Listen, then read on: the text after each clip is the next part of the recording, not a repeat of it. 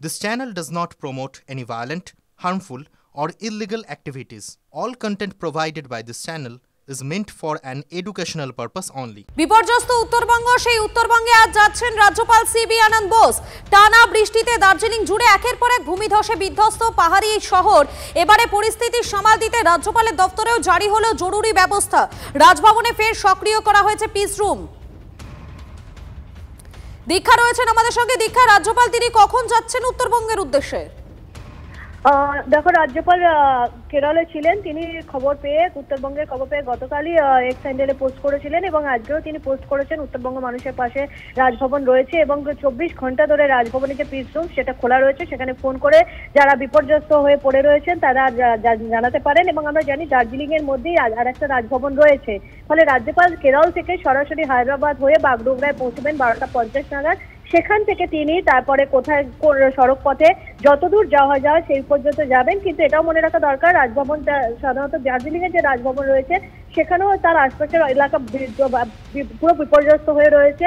ফলে কতদূর রাজ্যপাল যেতে পারবেন সেটা এখন দেখার বিষয়। তবে রাজ্যপাল যেহেতু কেরলে রয়েছেন, কেরল থেকে সরাসরি তিনি উড়ে যাচ্ছেন বাগডোগরার উদ্দেশ্যে এবং সেখানে গিয়ে তিনি ক্ষতিগ্রস্ত এলাকা পরিদর্শনের চেষ্টা করবেন। তবে আমরা জানি যে দার্জিলিং থেকে শুরু করে আলিপুরদুয়ার, মিরিক সমস্ত এলাকা বিপর্যস্ত হয়ে রয়েছে। ইতিমধ্যে রাজভবনে কিন্তু 24x7 কন্ট্রোল রুম চালু হয়ে গেছে, যেটাকে পিস রুম বলা হয়, চালু হয়ে গেছে। জলের নিচে ময়নাগুড়ি ব্লকের বিঘার পর বিঘা চা বাগান, মাথায় হাত পড়েছে ক্ষুদ্র চা চাষীদের। ভুটানের পাহাড়ে অবিরাম বৃষ্টির কারণে জলস্তর বেড়ে যায়। জলঢাকা নদীতে তার জেরে বাঁধ ভেঙে হু হু করে জল ঢুকে যায় ময়নাগুড়ি ব্লকের চারের বাড়ি গ্রামে এবং ভেসে যায় বিঘের পর বিঘে চাষের জমি। এলাকায় বেশ কয়েকটি চা বাগানে ব্যাপক ক্ষতি হয়েছে।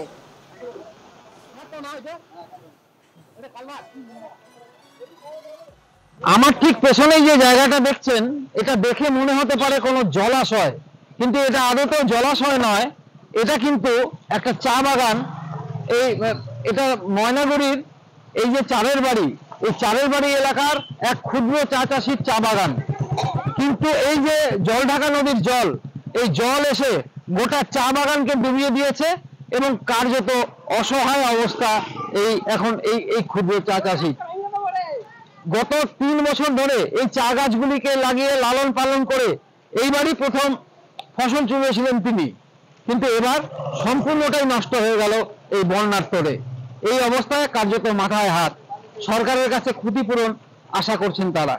নীলেশ্বর সান্যাল, TV9 বাংলা, ময়নাগুড়ি, চারের বাড়ি। চা বাগানটাও একদম নাজেহাল হয়ে গেছে। হ্যাঁ, কি বলবো, মানে এগুলো তো তুলাই যাবে না, বলতে গেলে নষ্ট হয়ে গেছে, দামই দিবে না, এগুলো নিবেই না। এইভাবে কোনোদিনও হয়েছিল? হয় না স্যার, হয় না, হয় না, মানে এই প্রথম। এখন কি করবেন? এখন কি করবো স্যার, এখন গাছ নষ্ট হলে তার আমার ধুয়ে টুয়ে কিছু পাওয়া যায়। এটা কতটা ক্ষতি হয়েছে? প্রচন্ড স্যার, এই রাউন্ডটাই শেষ হয়ে যাবে। গাছ বাঁচে কি না বাঁচে মুশকিল স্যার। এখন এই মরশুমে আমাদের এই ধরনের প্রাকৃতিক বিপর্যয়, এটা অত্যন্ত ক্ষতি আমাদের মানুষের কাছে। এই যে চা গাছগুলো জলের তলায় ডুবে গেল, হ্যাঁ, বাগানটাই নষ্ট হয়ে যাবে। উত্তরে বিপর্যয়, বিপদে পর্যটকেরা আটকে পড়েছেন। বহু পর্যটক যারা ফিরতে পারছেন তাদের মুখে ভয়ঙ্কর অভিজ্ঞতার কথা। কোনো মতে প্রাণ হাতে করে ঘরে ফেরা। শিয়ালদা স্টেশনে নামা পর্যটকদের মুখে এখনো পর্যন্ত আতঙ্কের ছাপটা স্পষ্ট।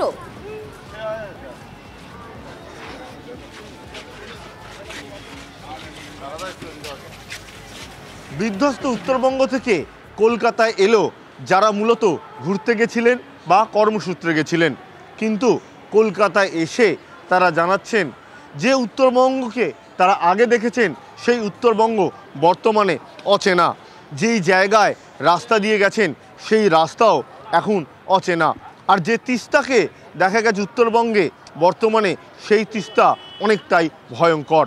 সেই একরাশ অভিজ্ঞতা নিয়ে তারা কলকাতায় এলেন, আবার কেউ বলেও ফেললেন আর উত্তরবঙ্গ নয়। ক্যামেরায় অমিতের সঙ্গে সুশোভন, TV9 বাংলা। এত আমরা বাচ্চা কাচ্চা নিয়ে গেছি, এত অসুবিধা, মানে ল্যান্ডস্লাইড হয়ে পড়ে রয়েছে, 4 জায়গায় পড়ে রয়েছে, মানে একটা জায়গা থেকে বেরোচ্ছে আরেক জায়গা, আরেক জায়গা থেকে বেরোচ্ছে আরেক জায়গা, মানে খাওয়া দাওয়ার কিছু নেই, মানে কোনো জায়গায় একটা জলও পাচ্ছি না আমরা, এরকম অবস্থা। আর মানে হ্যাঁ, না ইনকমপ্লিট করে আসতে পারবো, কেন সব জায়গায় মানে যেতেই পাচ্ছি না আমরা।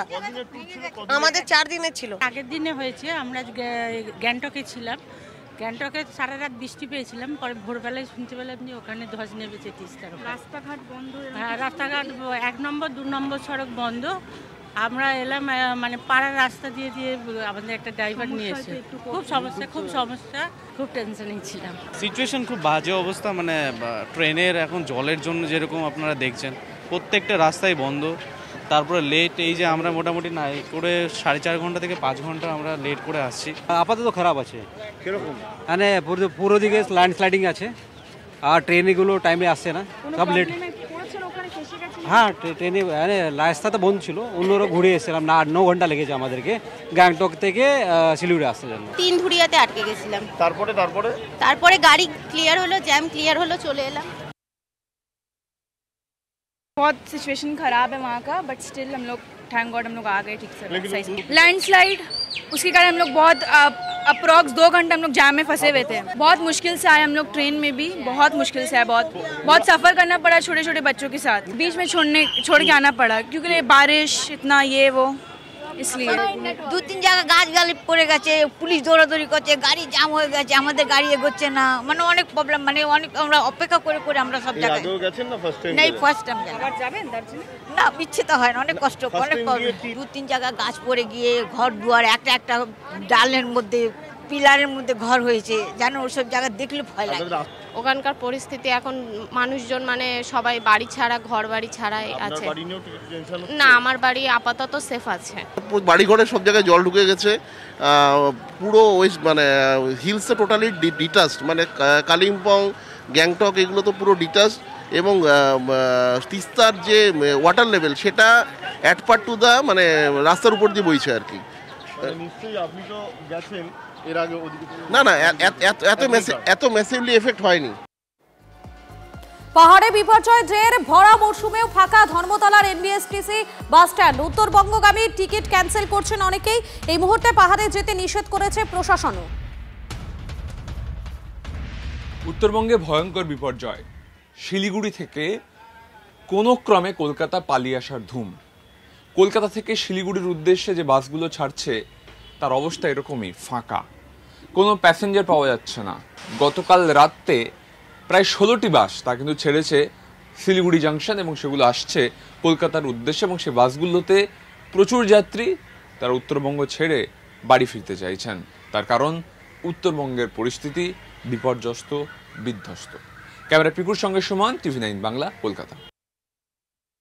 প্যাসেঞ্জার পাচ্ছ যাওয়ার ক্ষেত্রে? না, কোনো প্যাসেঞ্জার নেই। আর রীতিমতো তোমার পুরো এখন তো গাড়িগুলো ফুল তো হচ্ছে না, ওখান থেকে ফুল আসছে। আর এখন আমাদের কাছে কয়েকটা গাড়ি এসছে, ন্যূনতম একটা গাড়িকে আমরা তাও ছাড়ছি। একটা কোনো গাড়ি মানে প্যাসেঞ্জার নেই।